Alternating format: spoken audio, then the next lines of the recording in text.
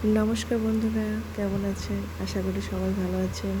বৃষ্টি কেমন হচ্ছে? ওয়েদার তো খুবই, বাইরে তো প্রচুর বৃষ্টি হচ্ছে, তাই ভাবলাম একটু সন্ধ্যাতে খিচুড়ি বানাই। আমার মেয়েও খিচুড়ি খাবে। তার জন্য দেখুন, আগে থেকে সব রকমের সবজিগুলো কষে নিয়েছি। মশলা একবারে নিরামি করেছি, কোনো রকমের পেঁয়াজ রসুন না, আদা টমেটো কাঁচা লঙ্কা এবং গুঁড়ো লঙ্কা ব্যবহার করব না। এখানে দেখুন সবজিগুলো কষানো আছে, কুমড়ো রয়েছে, এই মশলা চাপিয়ে দিয়েছি। তেমন কিছু দিলাম না, ঘরের যা কিছু ছিল সেই উপকরণ দিয়েই করেছি। আমার মেয়ে খাবে তো, তার জন্য কোনো রকমের গুঁড়ো লঙ্কা ব্যবহার করিনি। একটু কাজু কিশমিশ দিয়েছি, একটু ফুলকপি পড়লে খুবই ভালো হতো, ফুলকপিটা পেলাম না, তার জন্য।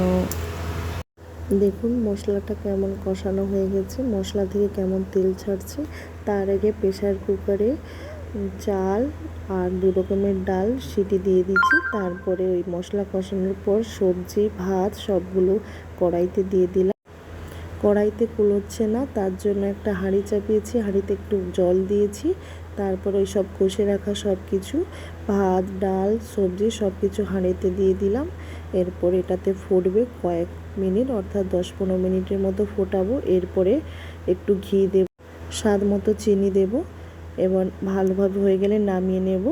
দেখুন ঘিটা দেওয়ার পর ফ্লেভারটা এত সুন্দর এসছে, এবং ঘির জন্য টেস্ট নিরাম তো, তার জন্য ঘিটা দিয়েছি। যদি ভালো লাগে দেখুন কীভাবে কালারটা দেখুন খুবই সুন্দর এসছে, এবং খেতেও খুবই ভালো হয়েছে। এটা আমরা 4 জনের মতো করেছিলাম, খুবই ভালো হয়েছে সবাই বলেছে।